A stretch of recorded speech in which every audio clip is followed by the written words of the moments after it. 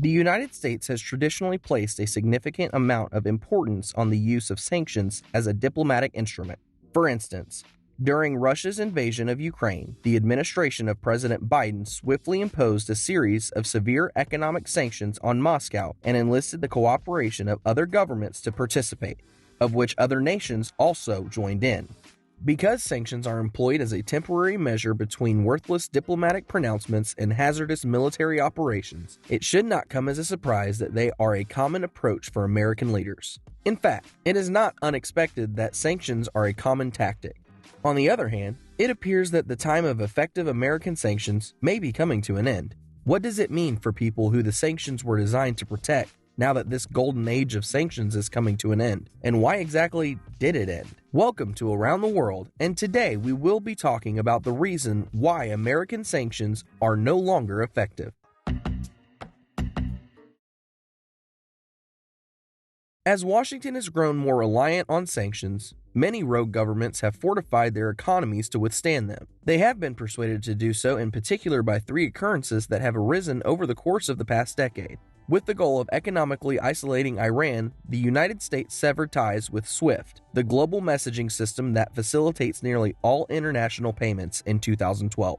Following this action, many of America's adversaries took notice, fearing that they too might be the targets of American unilateral force. Then, in 2014, after Russia's annexation of Crimea, Western countries slapped sanctions on the country, forcing Moscow to prioritize economic independence. And finally, after years of escalation, in 2017, Washington and Beijing engaged in a full-blown trade war, which quickly spread to the IT industry. By doing this, the United States warned its foes that their access to vital technology may be cut off at any time. They did this by pushing restrictions on the transfer of American semiconductor technology to China. These three incidents have contributed to the development of new phenomenon known as sanctions resistance. See, the U.S. has control over international financial institutions, and the widespread use of the dollar provides Washington with the leverage to punish recalcitrant nations with sanctions. And so, it stands to reason that America's foes would look for financial advances that would reduce America's advantages. As such, more and more of these countries are using alternatives to SWIFT, like agreements to exchange currencies and digital currencies. However, the recent decline in the effectiveness of sanctions does not come as a surprise, as we have long been warned about the dangers of overusing sanctions. See, back in 1998, then President Clinton of the United States complained that his country had become sanctions happy. He believed that the United States was in danger of looking like they wanted to sanction everybody who disagreed with them, which has a major source of concern for him. These worries, however, were displaced because the United States at the time was still the world's preeminent economic power, and sanctions were still occasionally effective. For instance, in the late 1990s, they coerced Muammar al-Gaddafi, the dictator of Libya, into surrendering the perpetrators of 2 flight bombs and agreeing to the destruction of his nuclear and chemical weapons stockpiles. However, since then, the rate at which sanctions have been used has escalated dramatically, prompting U.S. rivals to take preemptive measures to avoid future penalties. Some countries have become more resistant to sanctions by engaging in bilateral currency swaps with each other. This is because it lets them completely avoid the U.S. dollar. Since currency swap transactions connect central banks directly, there is no longer a need for a third currency in business, including Argentina, Pakistan, Russia, South Africa, South Korea, Turkey, and the United Arab Emirates. China has signed currency swap agreements with over 60 countries totaling approximately $500 billion. The motivation for Beijing's actions is crystal clear. Beijing wants Chinese companies to be able to avoid going through U.S. banking channels whenever they choose to. However, things truly took a massive turn when more than half of China's commerce with Russia was settled in a currency other than the US dollar in 2020, making the majority of these commercial exchanges immune to US sanctions for the first time. This certainly means that it should not have been unexpected that the renminbi and the ruble would be used in payment channels developed by Russia and China. This is because, in an effort to avoid the use of the US dollar and US sanctions, the Shanghai Cooperation Organization, which is a political club that includes China, India, and Russia, prioritized the growth of payments in local currencies starting in March 2020. Given the terrible condition of relations between Washington and Beijing, China's rising desire to ditch the U.S. currency is reasonable. However, allies of the United States are also making currency exchange deals. For example, Russia's S-400 air defense missiles were purchased by India in 2019.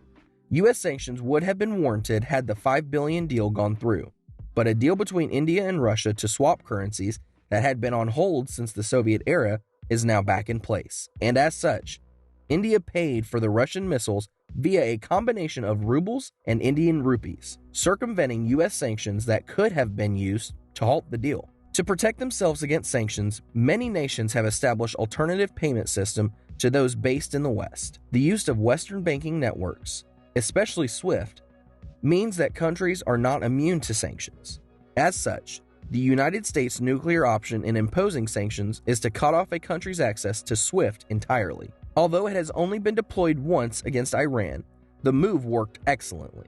And so, if the West decides to cut them off as well, China and Russia are working hard on their own messaging system alternatives. A third method used by the U.S. enemies to circumvent sanctions is the use of virtual currencies. China is considerably ahead of the pack in that respect, as more than 20 cities in China, including Beijing, Shanghai, and Shenzhen, have adopted the digital renminbi, which is used by almost 300 million people. Chinese people can keep this digital cash, which is issued by the country's central bank, on their mobile devices. With 1 billion individuals expected to use the digital RMB by 2030, the mechanism is definitely expanding rapidly. The Chinese digital currency is immune to sanctions, and the United States government cannot regulate the global circulation of a virtual currency issued by another country's central bank. As an added bonus, Chinese security agencies can monitor digital transactions in order to look for unusual behavior, thanks to this digital currency's built-in monitoring features. China is also placing bets on the success of the digital RMB in attracting users from all around the globe. To help facilitate the settlement of exports in digital renminbi, Beijing established collaborations with the United Arab Emirates and Thailand in 2021. And since China is already the major economic partner for many nations, similar agreements are likely to be struck in the future. The People's Bank of China has made no secret of its hope that the renminbi's digital iteration will one day pose a serious challenge to the dollar's global dominance. But at the moment, it seems like a tough climb lies ahead. This is because while digital renminbi is gaining popularity, it is still a very small phenomenon on a worldwide scale. Furthermore, the recent economic slowdown in China, in addition to the unconvertibility of the yuan, is diminishing the country's appeal for investors. This all means that the likelihood of China overtaking the United States as the world's largest economy by the 2030s has diminished. But still, most economists think that Asia will account for around half of global GDP within the next several decades.